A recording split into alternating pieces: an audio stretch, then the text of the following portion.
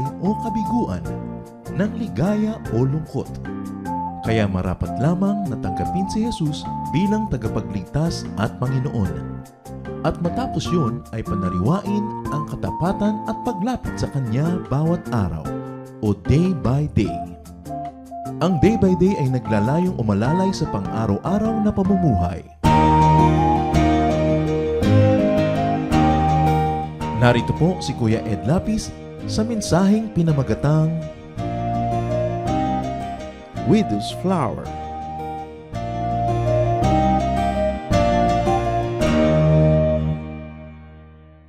Napakainang balik-balikan ang mga paborito nating istorya sa Old Testament. At isa dito, ang istorya ng byuda na hindi naubusan ng harina.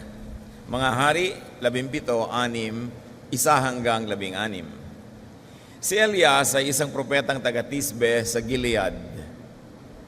Sinabi sa kanya kay Ahab, "Saksi si Yahweh, ang buhay na Diyos ng Israel na aking pinaglilingkuran, hindi uulan ni hindi magkakahamog sa mga darating na taon hanggang hindi ko sinasabi." Pagkatapos sinabi ni Yahweh kay Elias, "Umalis ka rito at magtago ka sa may batis ng karit sa silangan ng Jordan. May iinom mo ang tubig sa batis at may inutusan ako mga uwak na maghahatid sa iyo ng pagkain." Sinunod nga ni Elias ang sinabi ni Yahweh.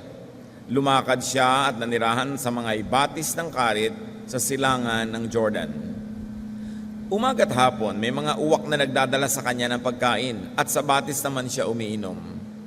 Ngunit dumating ang panahon na natuyo na rin ang batis. Kaya sinabi sa kanya ni Yahweh, "Umalis ka rito, pumunta ka sa Sarepta sa lupain ng Sidon. May inutusan akong isang byuda na magpapakain sa iyo ron." Pumunta nga siya ron at nang papasok na siya sa pintuan ng lungsod, nakita niya ang byuda na namumulot ng panggatong. Sinabi niya sa babae, "Maaari po bang makiinom?" Aalis ang babae upang ikuha siya ng tubig nang pahabol niyang sabihin, "Kung maaari, bigyan mo na rin ako ng kapirasong tinapay." Sumagot ang babae, "Saksi si Yahweh, ang inyong buhay na Diyos, na wala na kaming tinapay. Mayroon pa kaming kaunting harina at ilang patak na langis. Namumulot na nga ako ng panggatong upang lutuin iyon at makakain man lang kami ng anak ko bago kami mamatay." Sinabi sa kanya ni Elias, "Huwag kang mag-alala. Pumunta ka na at gawin mo ang iyong sinabi. Ngunit ipagluto mo muna ako ng isang maliit na tinapay at pagkatapos magluto ka ng para sa inyo. Sapagkat ganito ang sabi ni Yahweh, Diyos ng Israel, hindi ninyo mauubos ang harina sa lalagyan at hindi rin matutuyo ang langis sa tapayan hanggang hindi sumasapit ang takdang araw na papatakin ni Yahweh ang ulan." Ginawa nga ng babae ang utos ni Elias at hindi naubos ang pagkain ni Elias at ng mag-ina sa loob ng maraming panahon, ng maraming araw. Hindi nga naubos ang harina sa lalagyan at hindi rin natuyo ang langis sa sisidlan tulad ng sinabi ni Yahweh sa pamamagitan ni Elias. Ang pamagat ng ating pag-aaral, Widow's Flower o ang harina ng babaeng balo. Salamat Panginoon dahil maaari kaming matuto sa napakatagal na mga naganap na mga kasaysayan. Release our spirit so that we may behold your Spirit, O God, and learn from you. Forgive us our sins, cleanse us from all our iniquities, make us whole, enable us to see your face, to hear your voice, and to follow in your footsteps. Kayo maging tagapangaral, wala kaming nais marinig o Ama, kundi ang inyong tinig lamang. Marapatin yung magamit ang inyong lingkod. Use your servant as your footstool, but teach us, lead us. We ask you in the name of your Son, Jesus our Lord, our teacher, our healer, and provider. Amen. 1 Kings 17:1, kung atin ngayong hihimayin itong magandang kwento. Elijah was a prophet from Tishbe in Gilead. One day he went to King Ahab and said, "I am a servant of the living Lord, the God of Israel. And I swear in his name that it won't rain until I say so. There won't be even any dew on the ground." The king was very sinful at that time. There was a very wicked queen on the throne who was not even worshiping the God of Israel. Napakasama at malaki ang kasalanan ng hari, kung kaya naman ang buong kaharian niya ay nagdurusa At ang isa sa pagdurusang ito ay ang pagpigil ng Diyos sa pagpatak ng ulan. Maraming mga taong hindi uulan ni hindi man lang hahamog. Siyempre, ano mangyayari sa agrikultura, sa mga pananim, matutuyo ang mga ilog, mamamatay ang mga halaman, at ang lahat ay magugutom. Isang malaking sumpa dahil nga sa katigasan ng ulo nitong haring ito at ng kanyang reyna. 1 Kings 17, 2-7. Later the Lord said to Elijah, "Leave and go across the Jordan River so you can hide near Cherith Creek. You can drink water from the creek and eat the food I've told the ravens to bring you." Elijah obeyed the Lord and went to live near Cherith Creek. Ravens brought him bread and meat twice a day, and he drank water from the creek. But after a while, it dried up because there was no rain. So kahit man lang may taggutom, ay meron namang probisyon na ibibigay ang Panginoon sa kanyang propeta. Sinabi niya, magpunta ka doon sa ganung lugar, meron doon maliit na ilat o maliit na batis, doon ka iinom, at uutusan ko ang mga uwak na mag-deliver sa inang pagkain 2 beses sa isang araw. So kahit nandun ka lang, huwag kang umalis doon dahil ipinoprotek kita, hindi ka mamamatay sa gutom. Wanted po kasi itong propetang ito, gustong ipapatay ng hari, lalong-lalo na nung reyna. And what were the unlikely food suppliers? Ravens, mga uwak. Alam niyo mga uwak, kung familiar kayo sa mga ibon na ito, magaling ito mandagit ng mga daing, ng mga tapa, ng mga pagkain sa mga bahay-bahay o pagkain ng kung sino-sino. They were considered thieves. And in the culture of Israel, they were called unclean. So walang mga relihiyosong tao ang mangangaha sa kumain ng anumang bagay na tinuka, dinagit, dinala ng mga ibong ito, kahit pa nga ito ay dinedeliver nila. Pero ang Panginoon ay kakaiba. God uses whom and what He chooses. Kung Diyos ang pumili na yung mga uwak na considered unclean ang magpapakain sa propeta, sino naman tayo para tumanggi? God is free to be God in spite of fully developed or overly developed religious systems. Napakaraming mga tao ngayon na pagka hindi na masasang-ayon sa religious convictions nila, ang isang bagay, kahit pa nga malinaw na sa Diyos nagmula, tatanggihan nila. So masyadong na-develop na yung theology ng mga tao, kaya merong mga kailangang salina ng dugo, ayaw magpasalin because of religious conviction na na-develop yung theology ng grupo nila kahit mamatay. Kung gusto kang buhayin ng Diyos through transfusion or something else, sino ka naman para tumanggi? Tulad ng kung gusto kang pakainin, kahit ang magdadala ay mga uwak ng mga maruruming hayop sa kanilang tingin, sino ka para tumanggi?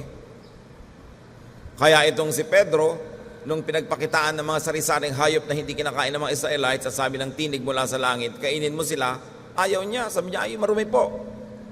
At sabi ng tinig, magdahan-dahan ka na pagsasalita. Huwag mo tatawaging marumi ang anumang bagay na tinatawag ng Diyos na malinis. Pagka ang mga tao masyado nang may mga nanigas na mga isipin sa loob ng kanilang utak, napakahirap na nila kumisan na tumanggap ng pagpapala maging galing sa Diyos. Ang mga mahirap turuan ay yung may alam na. At ipinaninigasan yung alam nila. Kaya ideas, tradition can restrict or limit. Even in a religious way, doctrines can limit how God would bless people if people are tied to their doctrines. Ang Diyos ang pinagmumula ng lahat ng katuruan. At kung meron siyang gustong iturong iba, kakaiba sa dati na nating narinig, Diyos siya eh. Ang may mga bagay, may mga ideya na effective sa isang panahon pero hindi na effective sa ibang panahon. Kaya kailangan laging may bago. Pati ang blessing ng Panginoon, they are new every morning. At sabi ng Panginoong Jesus, maging ang mga bagong alak, kailangan may paglagyan na bagong sisidlan, hindi luma. Hindi dapat matakot ang tao sa kakaiba, sa bago, lalo't malinaw na sa Panginoon ang gagaling, o kaya walang nilalabag na diretsyong mahalagang moral teaching ng Diyos. People get boxed in because of what they already previously know. Kaya ang mga matatanda, madalas mahirap kausap at turuan kasi may alam na sila at iniisip nila, yun na lang ang tama sa lahat ng panahon. Kahit naiiba ang panahon, hindi na sila nakaka-adjust, kaya naiiwan ng panahon. Dapat ang tao open. Tulad yan, tatanggi dapat itong prophet. Ha? uwak magpapakain sa akin, but the prophet just went on and went along because it was God who said so. 1 Kings 17:8-9. The Lord told Elijah, "Go to the town of Zarephath in Sidon and live there. I've told a widow that you're in that town to give you food." So natuyo na yung maliit na batis na pinagmumulan ng inumin ng propeta at tumigil na rin magdala yung mga uwak ng pagkain. So sabi ng Diyos sa propeta, pumunta ka sa Sidon, doon sa isang town na Zarephath ang pangalan, may bago kong inutusan na magpapakain sa iyo, isang balong babae. Iniisip natin kung may magpapakain sa propeta, dapat isang mayamang lalaki, isang negosyante, isang mapera. Pero bukod dun sa ang inutusang una ay mga uwak, unlikely instruments, ngayon naman isang widow. At pag sinasabi sa widow sa Old Testament, lalo ngayong panahon ng tagtuyot, kadalasan ang konteksto, very poor. So ang magpapakain naman ngayon sa kanya isang very poor woman. Kakaiba na naman. Another unlikely food supplier, a widow. What do we see about God at this point? That God is God of innovation. Mahilig ang Diyos na gumawa, umimbento ng mga bagong bagay, bagong paraan, bagong sistema. That God is God of recreation. That God creates, but He recreates. That He is God of rearrangement, of variation, of reconfiguration. Kaya ang napakaraming mga naiimbento sa mundo, hindi naman bago. Dati ng totoo, iniba-iba lang ang timpla noong tinasabing inventor, meron siyang bagong nadiskubre na dati namang nandun na, nadiskubre lang niya. Because God is God of creativity. God is creative. And for you to be creative, you must not be restricted by tradition, you must not be restricted by convention, even by restriction. In many ways, godliness is also creative. It should also be innovative. Ang tunay na pagiging makadiyos, hindi tradisyonal, hindi conservative, hindi fossilized, because God is God of creation and recreation. So you must worship God and deal with God the way that He is, and He is creative. Hindi natin dapat kinukulong, ay ang worship dapat ganito, ay ang tugtog dapat ganon. Bakit hindi pwede ibang tugtog? Dati pa nga nun, ay hindi pwedeng may sayaw sa worship, masama yan, makamundo. Bakit hindi pwede? Diba? Ay bakit kayo kumakain ng puto for Lord's Supper? Dapat yung mga maninipis na ostya. Bakit hindi pwede? God can use anything. Basta't alam mo na hindi directly offensive to God ang ginagawa mo, it's even good to be creative, to be inventive. Hindi pwedeng gamitin ng mga agong at mga rondalya sa worship. Why not? Ay, hindi dapat na ganito at ganon. Dapat ang suot ng mga nagsisimba ganito. Dapat ang suot ng pastor ganito. Bakit? Dapat marunong tayo magtanong, hindi lang tanggap ng tanggap dahil nagagapos tayo ng mga matatandang mga kaugalian na naging mga poon at mga Diyos-Diyosan na rin, pandagdag sa ating sinasamba na hindi naman dapat dumagdag. 1 Kings 17:10-11. When Elijah came near the town of Zarephath, he saw a widow gathering sticks for a fire. "Would you please bring me a cup of water?" he asked. As she left to get it, he asked, "Would you also please bring me a piece of bread?" So pagpasok nitong si Elijah doon sa tarangkahan ng lungsod, doon sa may boundary, siguro may arko nakalagay, "Welcome to Zarephath." No? Pag tinignan mo sa likod, "Come again." Sabi siguro, kumbaga sa mga bayan ng Pilipinas, merong nangangayayat, nangangalirang at pindanggang babae na balo. Siyempre, ano pang ina-expect ko? Ang tagal-tagal lang walang ulan, wala nang makain. Namumulot siya ng mga tuyong kahoy na madami naman dahil namatay nga ang mga puno. Gagawin niyang firewood o panggatong, magbe-bake siya ng kahuli-hulihan nilang pagkain mag-ina. So sabi sa kanya ng propeta, "Pakibigyan mo nga ako na maiinom." Hindi naman tumanggi yung babae, bagamat kulang na sa tubig dahil nga natuyo na ang mga ilog. May konti pa siguro siyang inumin, isa-share naman niya. At ito naman propeta, sabi niya, "Ay, siya nga pala, paki-bake na rin ng konting tinapay, pakidala na rin dito please." No? A very unordinary situation. A man asking food from a woman, a widow at that, in this very difficult time, and also a foreigner because it was outside the boundaries of Israel. 1 Kings 17:12, the widow answered, "In the name of the living Lord your God," see, iba kasi ang relihiyon nila eh. "In the name of the living Lord your God, I swear that I don't have any bread. All I have is a handful of flour and a little olive oil. I'm on my way home now that these few sticks to cook what I have for my son and me. After that, we will starve to death." Sabi niya, "Naku, maniwala po kayo sa ngalan ng Diyos ninyo. Wala po akong ganyang klaseng tinapay. Nanguha nga ako ng konti lang ditong kahoy para makapagluto ako ng tinapay dahil merong sangdakot na lang na harina na natitira sa loob ng aking banga at ilang patak ng langis na kailangan para ako mag-bake. Matapos namin kaining mag-ina yon, mahihiga na kami, mamamatay na kami, hihintay na lang namin mamatay dahil talagang walang pag-asa, wala nang makain." So it was going to be the last meal before starvation to death. And yet the woman was very composed and calm. She was even willing to share a drink, but now she was raising a little problem with the bread supply that the prophet was asking for. Serenity at its best. Hindi siya nababahala, hindi siya natatakot, tatanggapin niya ang hindi niya kayang palitan. Na gano'n na talaga, nagkakamatayan yung mga tao sa gutom, they will enjoy one last meal and die together. 1 Kings 17:13-14. Elijah said, "Everything will be fine. Do what you said. Go home and fix something for you and your son. But first, please make a small piece of bread and bring it to me. The Lord God of Israel has promised that your jar of flour won't run out and your bottle of oil won't dry up before He sends rain for the crops." So here was the prophet's word against what is visible. The prophet was speaking about plenty, while all around everything was shouting out about want and poverty and impending death. Sabi, wala na nga po kaming makain eh. Sabi naman ng propeta, "Naku, huwag kang mag-alala, sinasabi ng Diyos ng Israel at ngayon ay pinapahatid ko sa iyo. Hindi mauubos yung harina mo sa lalagyan, pati yung langis. So sige na, mag-bake ka na. Unahin mo na akong pakainin at pagka nakapag-serve ka na sa akin, mag-bake ka uli para sa inyong mag-ina." Maniniwala ba ang babae or not? Dahil ang mangyayari sa buhay nilang mag-ina ay nakasalalay sa magiging reaksyon niya sa sinabi ng man of God na ito. This needs a lot of faith. Kakainin mo na, ibibigay mo pa, o isi-share mo pa. Tapos maniniwala ka sa sinabi niya. Pero sabi sa 2 Corinthians 5:7, "But we live by faith, not by what we see."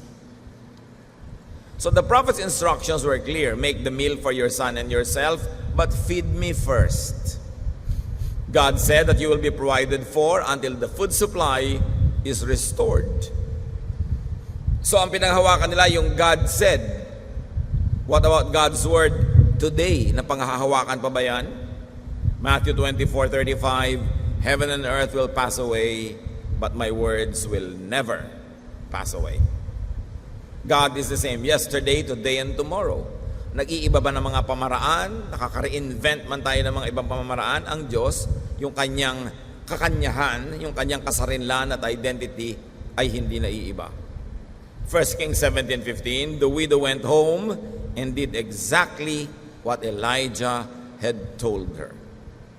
On the strength of the man of God's words, this widow would share her last meal, cook first for the man of God, and then later on para sa kanilang mag-ina. Here you see faith and obedience in spite of all the reasons not to believe and not to obey. 1 Kings 17:15-16. She and Elijah and her family had enough food for a long time. The Lord kept the promise that His prophet Elijah had made, and she did not run out of flour or oil. So matapos ubusin ang babaeng ito yung mga harina, itinaktak pa niya siguro, tinimpla ng konti, nilagyan ng konting langis, maaaring hinaluan ng konting tubig, kung ano man ang paraan niya ng pagbe-bake. Niluto, kinain. At maya-maya, nung magugutom na naman uli sila, ay sinilip niya ang loob ng banga at mayroon na namang laman. So nagluto na naman siya, ubos na naman yung laman nun. At naulit ng mahabang panahon hanggang umulan, tumubo uli ang mga halaman at nagkaroon ng tubig ang mga ilog at nakakain na sila in a normal way. This was miraculous provision. But what is the point here? There are several. One is that God cares for widows and orphans.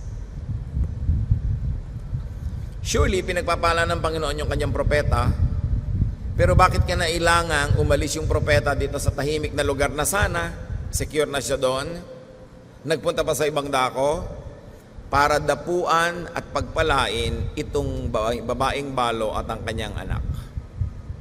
Sa dinami-rami ng pwedeng puntahan ng prophet, ang mapalad na pinapuntahan sa kanya ng Diyos ay yung babaeng balo. Dahil, sabi niya, uutusan ko ang babaeng iyon na magpakain sa iyo. So kung sino man sa atin, sa kabila ng ating kasalatan, hirap, pagod, ang naa-assign na ng Diyos na maglingkod, tumulong, magpakain, isang malaking blessing yon, hindi yon nabala. Sa dinami-rami ng tao, ikaw ang tatawagin ng Diyos na gawin ito, gawin yon, bigyan ito, bigyan yon. Blessing. Dahil kaya nga patuloy na nabuhay ang babaeng ito at ang kanyang sambahayan dahil napili siya ng Diyos na maglingkod dito sa man of God. At bakit din siya pinili? Dahil gusto rin ng Diyos na siya pagpalain. So sa pagtatagpo ng papakainin at ng magpapakain, ng bibigyan at magbibigay, ng tutulungan at tutulong, kapwa sila na pagpala. Hindi isa lang. So it may be that you get blessed by receiving. It could also be that you get blessed by giving. When we obey the will of God, no matter what side of the giving and receiving line you're in, it is a blessing. Mahal ng Panginoong Diyos ang mga balo, ang mga ulila, sapagkat nung araw sila yung pinaka-underprivileged.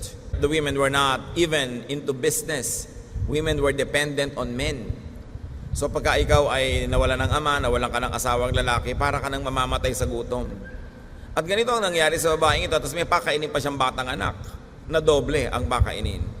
James 1:27. Religion that God our Father accepts as pure and faultless is this: to look after orphans and widows in their distress. So yung mga babaeng namatayan ng asawa at wala ng asawang masasandigan, at yun din naman mga babaeng hindi nagkaasawa kahit kailan walang nasasandigan, ay special yung care sa kanila ng Panginoon. Kung sila'y binibigyan, tinutulungan, hindi na dapat mainggit pa at magtanong yung mga babaeng may asawa naman at may mga anak. Hindi mo na dapat ikumpara ang sarili mong, o bakit si ganon, merong ganong natanggap na pagpapala. Lalo't wala naman siyang asawa o walang anak. Kung ikaw ay may asawa at anak, magpasalamat ka na. Huwag ka nang mainggit-inggit pa at magtanong-tanong. May mga taong gano'n eh. Nasa kanila na ang lahat, gusto pa nila, madagdagan pa ng madagdagan.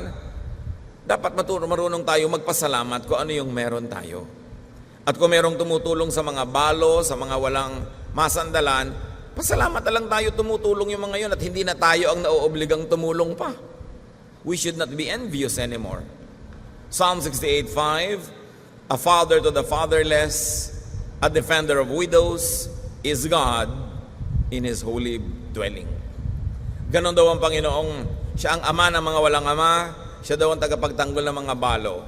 At kung tayo ay nananalig sa Diyos, sumusunod sa Diyos, edi dapat ganon din tayong lahat, kaya babae ka kaya lalaki. You are a provider to those who are weak. You help orphans and widows. Why? Because you are like your God. And your God is a parent to these types of people. Not only for the actual legal widows, God also cares for the so-called widows and the so-called orphans. Yung mga may asawa nga pero para namang wala. In fact, mabuti pa sanang wala dahil lalo lang sila naghirap dahil may asawa. O kaya hindi naman talaga orphan, may magulang, pero parang orphan na rin dahil wala silang mapala sa magulang nila. Pabigat pa sa buhay dahil yung magulang nila. So ganon din yun. Dapat din tayong matulungin sa ganong klaseng mga tao. At siguro naman kung lalawak-lawakan natin ang pananaw, hindi mawawala ng ganyan sa mga sarili nating pamilya mismo. Mga taong nangangailangan ng tulong. Kung ikaw mas may privilege, may sarili ka ng bahay, may sarili kang asawa, may sarili kang mga anak, may sarili kang buhay, dapat matulungin ka na sa mga pinsan mo, kamag-anak mo, kapatid mo na walang asawa, walang anak at walang kabuhayan. Hindi yung ikaw pa yung makikipag-agawan, makikipag-compete sa kanila. Dapat mas mapagkalinga ka na dahil marami nang ibinigay sa iyo ang Diyos. To whom much is given, much is required. Ang binibigyan ng maraming pagpapala ay pinaghahanapan din ng Diyos na tumulong tayo sa kapwa. Psalm 40:17, I am poor and needy, but Lord God, you care about me and you come to my rescue. Yun ang Diyos, matulungin sa mga nangangailangan. And God identifies with the weak. Kaya nga ang Panginoong Jesus ay nasa lupa, kanino siya lagi nakikisalamuha? Doon sa mga puwera, sa mga outsiders, sa mga binabaliwala, kinakawawa, nililibak ng mga rich and famous at ng mga religyoso. The Lord Jesus sided with those who were called sinners, with people who fell in the cracks, with people who had become outsiders because of the horrible economic and political situation that favored less than 1% of the population and rendered 99% of them very poor. So ang Panginoong Diyos ay kumikiling, kumakatig sa mga api. So as followers of and believers of God, we should care for the weak. Yun ang tunay na relihiyon. Ang mataas na uri ng pananalig sa Diyos, pagsamba, ay hindi nadadaan sa mga hallelujah, hindi nadadaan sa mga memoryadong dasal, hindi nadadaan sa mga religious rituals. Ito'y dinadaan sa pagkakawang gawa, sa paggawa ng mabuti sa mga kawawa. Psalm 41:1, You, Lord God, bless everyone who cares for the poor, and you rescue those people in times of trouble. Napakaganda ng realization ay pinapahayag dito sa Psalm 41. Na kayo, O Diyos, pinagpapala ninyo ang sino man na matulungin sa mga kapuspalad. Yung mga maawain, mahabagin, inililigtas nyo sa mga oras ng kagipitan. Meron pang isa tayong makikita dito sa kwento. Nung dumating yung man of God dito sa widow, the man of God became a blessing. Because righteous and anointed servants of God are blessings, not burdens. At dapat dito tayo maging mapanuri, mga kapatid. Merong mga tao, hirap na nga sila, kung mahut-hutan pa sila ng relihiyon, gano'n na lang. Kapos na nga sila sa buhay, kung alilain pa sila, abusuhin, utuin, at imaniobra ng relihiyon para makatas ang kanilang mga konting kita, mapagtrabaho sila at mapaglingkod ng libre, ang daming ganon. All you have to do is look at the history of religions all over the world, and you will see exploitation done in the name of God. Abuse. Na habang nangangayayat ang lahat sa pag-aayuno, sa paglilingkod, sa pag-aambag, nagtatabaan ang mga religious leaders sa pagpapasasa sa kamangmangan ng mga tao. Noon hanggang ngayon, dapat tayo maging mapanuri kung tayo pinagsasamantalahan, pineperahan, ginagatasan lang ng relihiyon. O kung ang atin pa mga ambag ay nakikita natin may pinupuntahan, nakikinabang tayo spiritually, yumayaman ang ating pagkakilala sa Diyos, bumubuti ang ating pagkatao, natuturuan tayo, at nakikita natin may mga kawang gawa, ginagawa ang paglilingkod sa kapwa, pag-aasikaso sa mga napapabayaan, then masasabi mo, oo nga, tunay na sinasamba ang Diyos dito sa relihiyon na ito. Hindi puro kabig, puro koleksyon, puro hingi, tapos walang napapala yung mga tao. Lalo silang inilulubog sa mga kamangmangan, pinapaniwala sa mga pamahiin para lalong mapagsamantalahan dahil ang taong madilim ang isip, madaling hilahilahin na parang baka o kabayo, talian mo lang sa ilong, mapapasunod mo na. Pero ang tunay na relihiyong makadiyos ay relihiyong nagpapalaya, nagpapalawak ng isip, nagpapaliwanag sa mga kadiliman, at gumagalang maging sa mga personal na mga paninindigan ng tao ayon sa kanyang konsyensya. Ang responsableng relihiyon ay dapat nagtuturo sa tao na iproseso mo ang iyong nadidinig at nalalaman at magkaroon ka ng paninindigan na nakabatay sa iyong alam, pananalig at sa iyong budhi.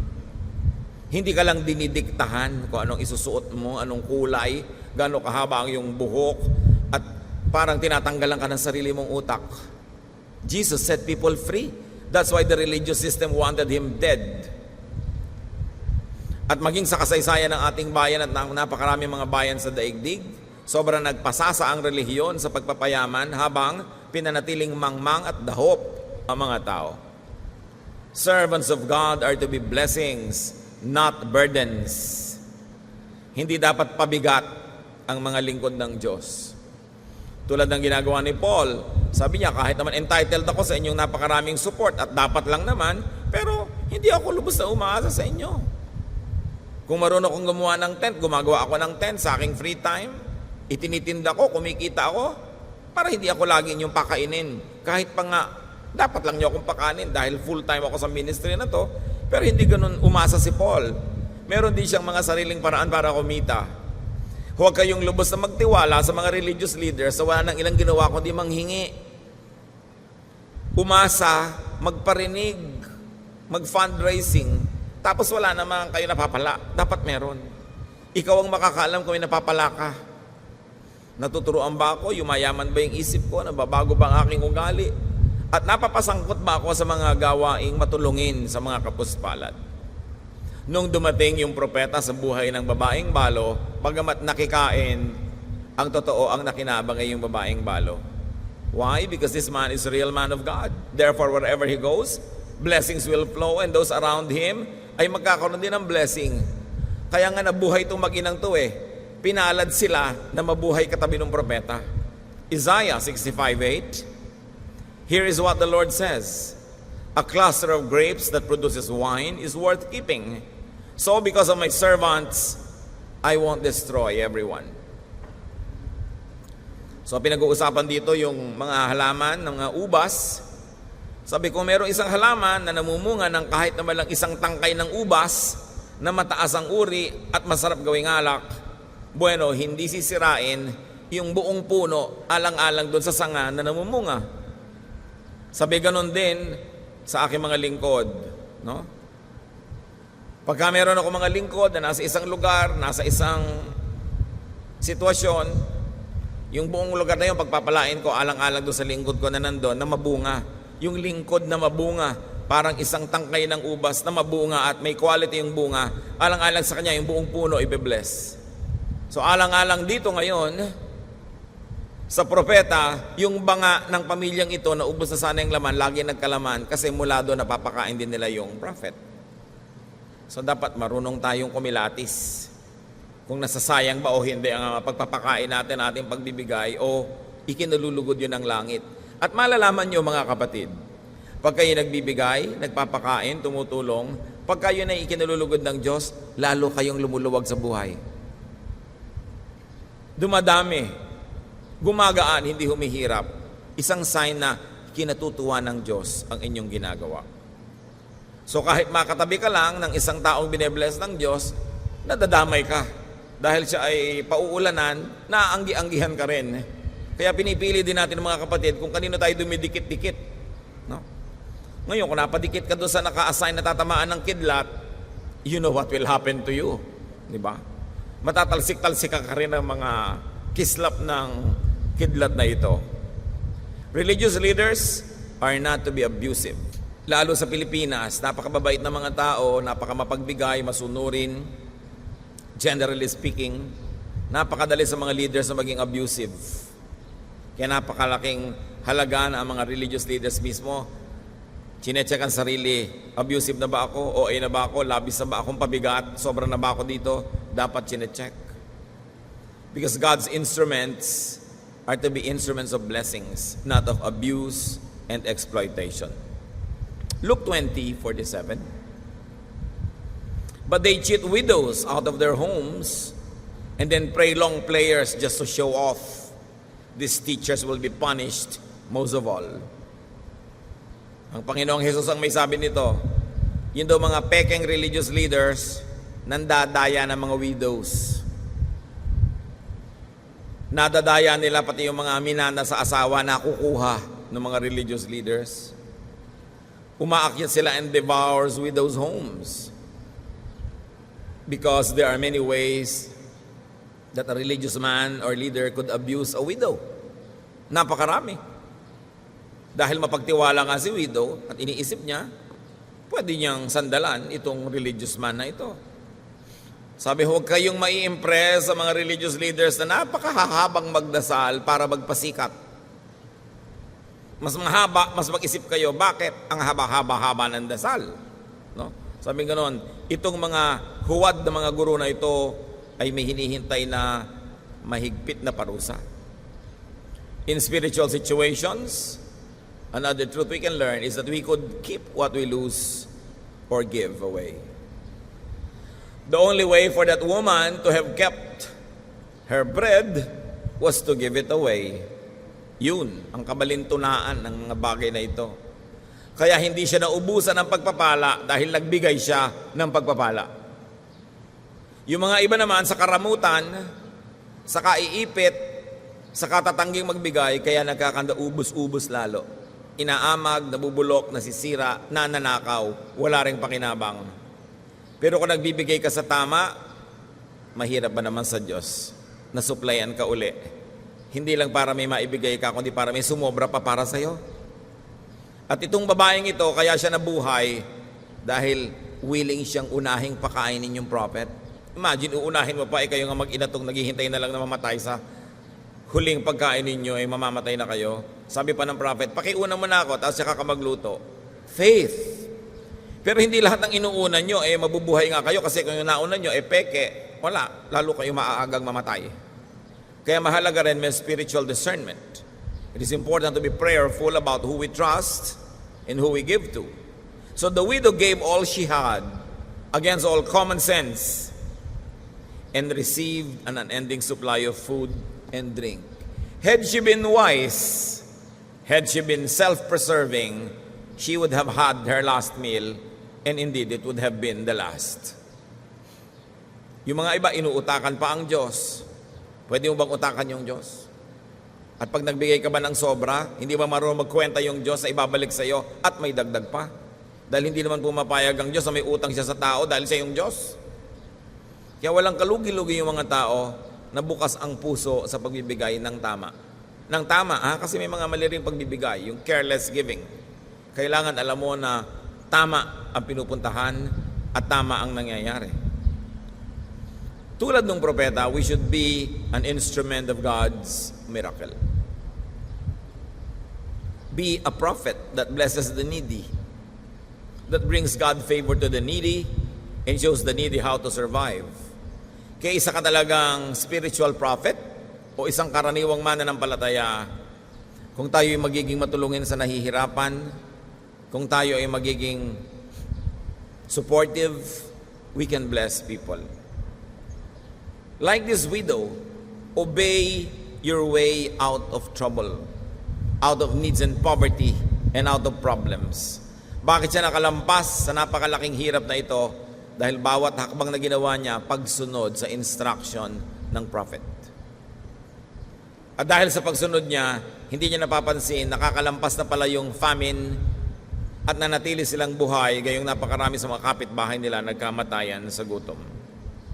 God can bless many ways, even in unusual ways.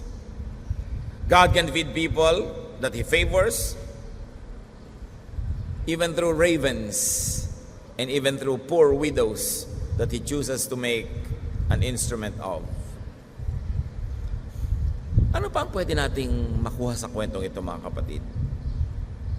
Patuloy na nabuhay yung mag-inang widow dahil sa kakarampot na pagkain na patuloy na napapalitan ang supply. You too could be a handful of flour, a cup of water.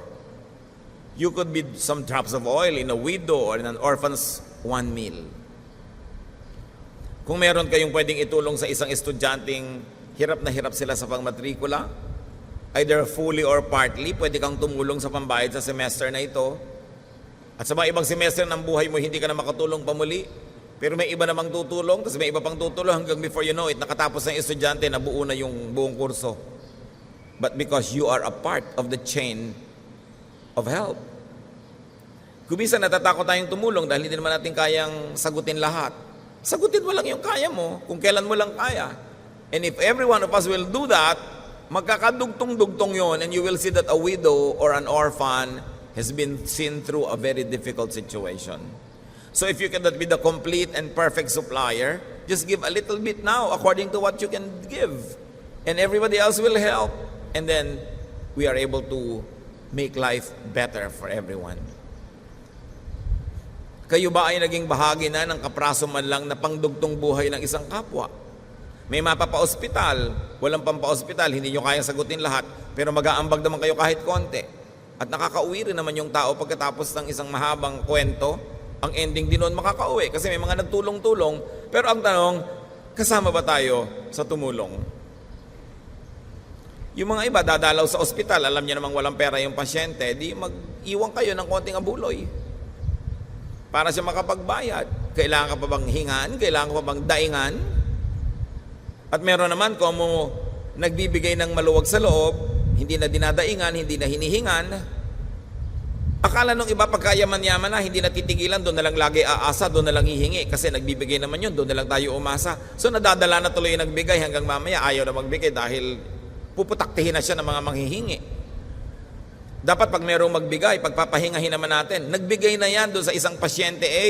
Ngayong may pasyente B, iba naman ang hinga natin. Hindi puro, kung nagbigay siya minsan, laging siya na lang.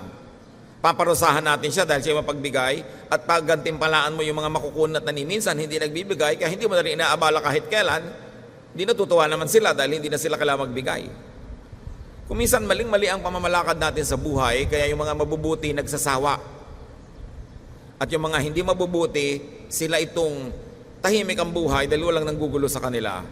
We should be very discerning and godly about this and just. We must always reward the good and punish the bad. We must not punish the good and reward the bad. Yun ang baligtad doon. So dapat nakakadugtong tayo.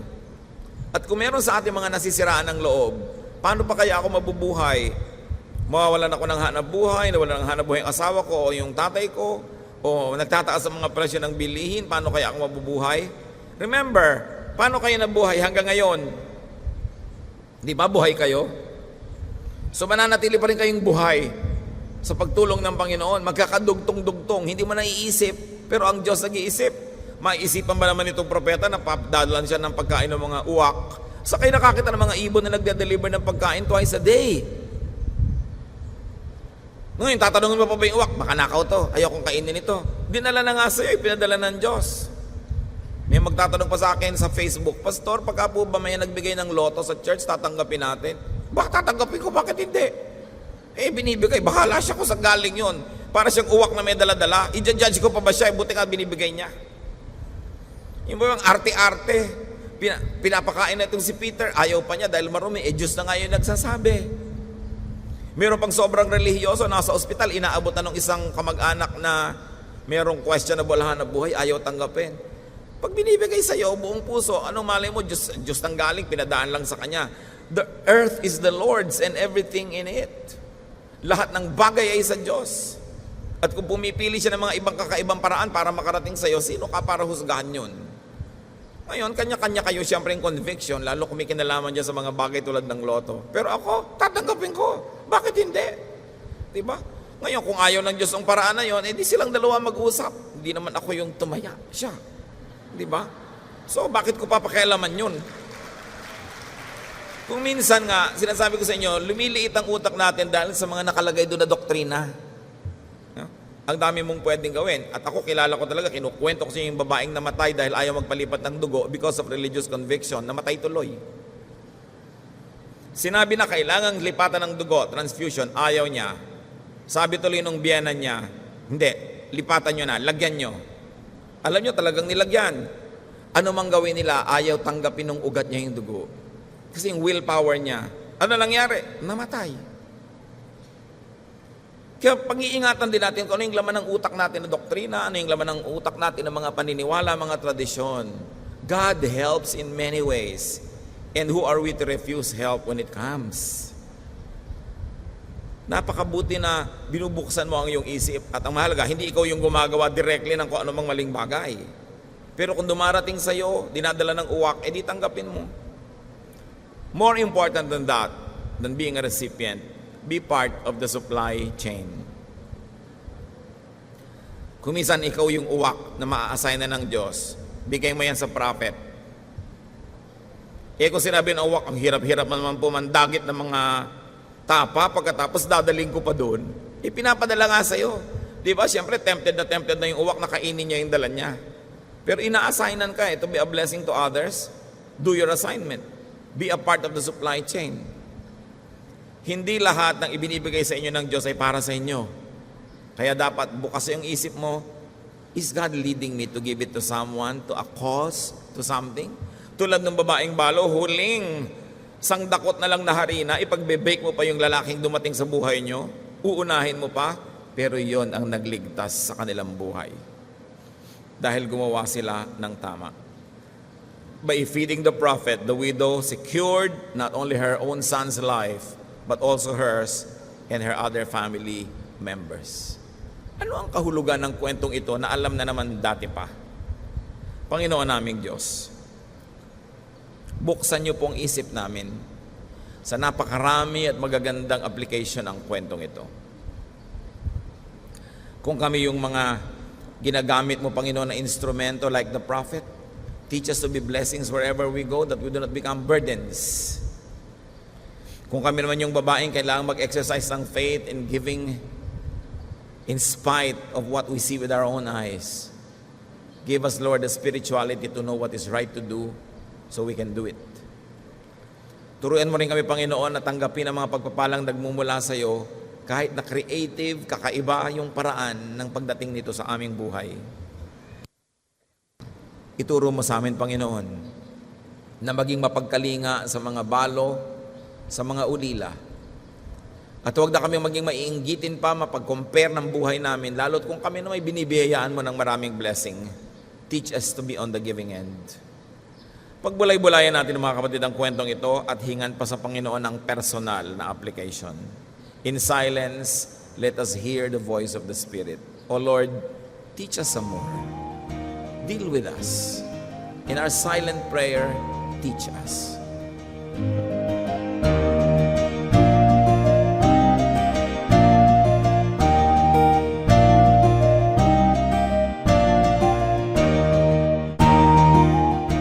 Ang katatapos pong mensahe ni Kuya Ed Lapis ay pinamagatang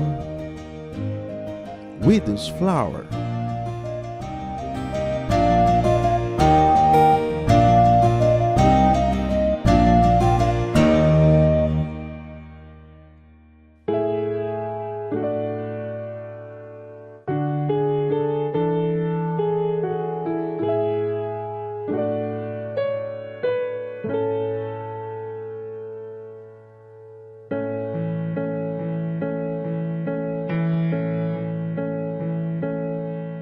Kung aking marinig, banayad mong tinig, paligid may dilim, sa pag-asa'y hitik.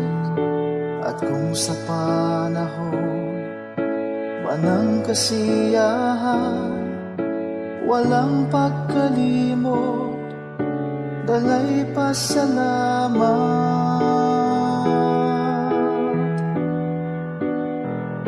Alay ko ay papuri, damhin mo pagsamba, ang pag-ibig mo sa'kin walang hanggan.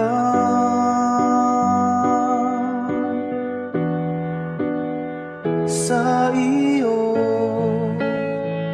kabutihan, buhay ay nakamtan. Pupurihin ka magpakailan pa man.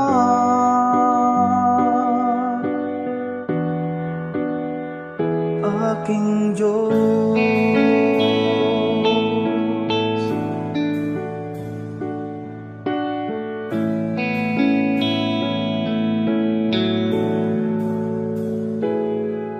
At kung magkaminsan di ka maramdaman, sa puso ko'y tiyak ika'y naririyan.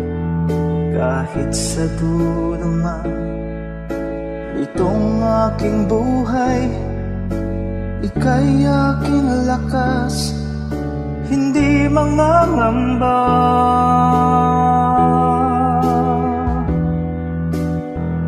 Alay ko ay papuri, damhin mo pagsamba, ang pag-ibig mo sa'kin walang hanggan.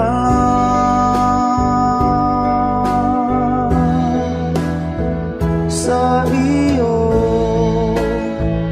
kabutihan, buhayan, nakamtan, pupurihin ka magpakailan pa man,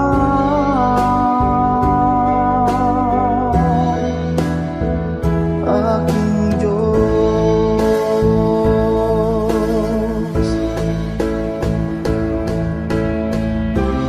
Bawat yugto sa aking buhay,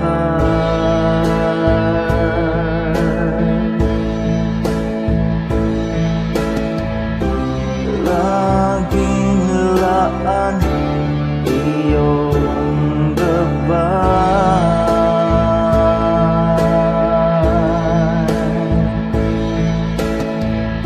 Sa piling mo may tagumpay.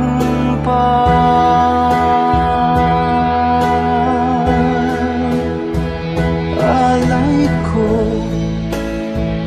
ay papuri, damhin mo pagsamba, ang pag-ibig mo sa'kin walang hanggan.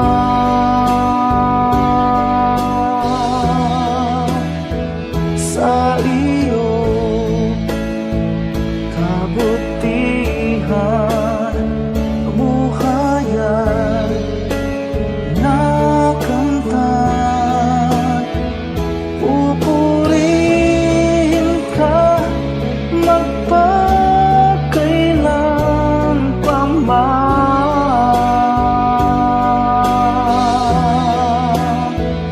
Alay ko ay papuri, damhin mo pagsamba, ang pag-ibig mo sa'kin walang hanggan.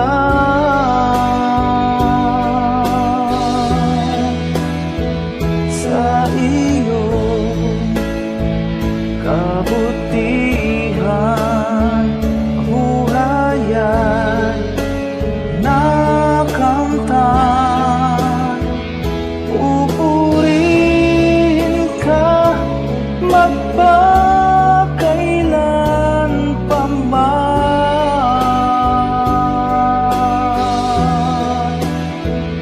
aking Diyos,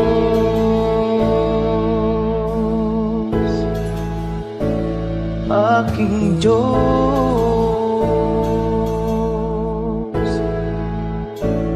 aking Diyos.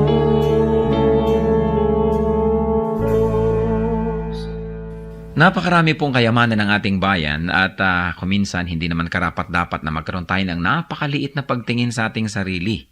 Nangyayari lang yon kung hindi natin kilala ang ating nakaraan, hindi natin kilala ang mga kayamanan ng ating bayan na nagpapaganda sa atin pong lahi.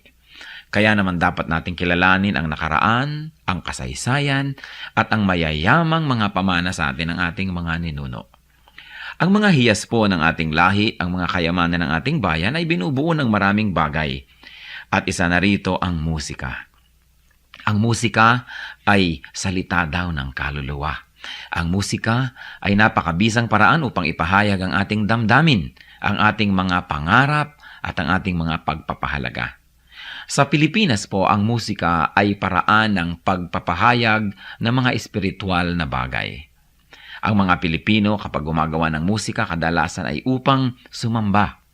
Kaya tayong mga Pilipinong Kristiyano ay dapat lamang na mag-aral ng mga tugtog ng ating bayan at gamitin naman natin ito sa pagsamba sa Panginoong Hesus. Dapat nang bawiin ang musika ng Pilipinas mula sa kung ano-anong mga paggamit na hindi ayon sa kalooban ng Panginoon. At ito naman ay dapat ialay sa paanan ni Hesus upang lalong makadagdag sa marami, makulay at magagandang paraan ng pagpapahayag natin ng ating pananampalataya. Ang musika ng bayan, hiyas ng lahi, hiyas ng bayan. Narito at ating pakinggan ang mambayo, mga tunog ng pagbabayo ng palay na may kasamang mga awit mula sa mga kalinga.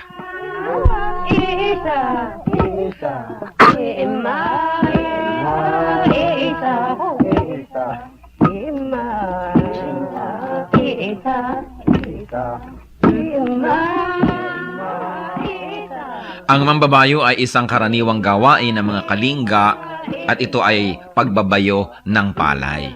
Gayunpaman, ito isinasagawa sa sari-saring estilo at pamamaraan ayon sa idinaraos na okasyon. Halimbawa ay kasal o kaya ay may mga kinalaman na seremonya sa mga patay o mga libing. Ang mambayo ay sinasaliwan ng awit tulad ng naririnig natin.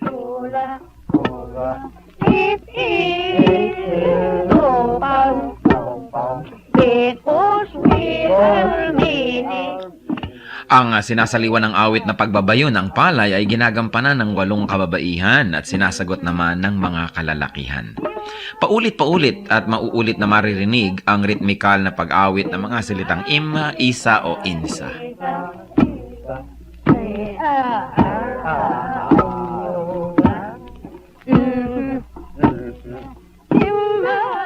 Kasabay nito ang kanilang pagbabayo. Anong ibig sabihin ng ganitong uri ng pagbabayo? Pagbabayo ng palay na hindi lamang ang dahilan o ang gustong mangyari ay makapagbayo ng palay, ito rin ay isang bigkis panlipunan. Sa pagbabayo, makikita ang tulungan, pakiramdaman, pagsasaya. At makikita natin ang pagiging dakilang mga musikero ng mga Pilipino na maging sa pagbabayo ng palay, gumagamit sila ng musika, hindi lang upang sila ay malibang at pagaanin ang trabaho, kundi patuloy na ipahayag ang kanilang nadarama. Sa mga Katagalugan at sa mga nasa kapatagan ng Luzon, uso rin ang bayuhan, lalo ang pipigan. At kadalasan, yung halo na ipinangbabayo ng pinipig, inuukit pa ang loob nun at nilalagyan ng parang bolang kahoy sa loob na habang nagbabayo, kakalog-kalog naman ang bolang ito at gumagawa na naman ng isang ritmo.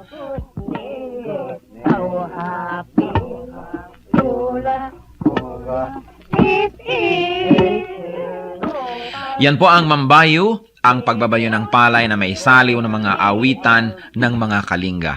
Ano po ang maaari nating matutunan sa kayamanang ito ng ating lahi? Na ang bawat gawain natin ay maaaring saliwan ng musika. Lalong-lalo naman ang pagsamba natin sa Panginoon, ang ating mga paglilingkod, na sa paglalagay natin at paglalapat ng musika, hindi lang gumagaan ang ating trabaho, kundi na ipapahayag din natin ang ating damdamin. Musika ng bayan, kayamanan ng ating lahi, hiyas na dapat makilala at ingatan.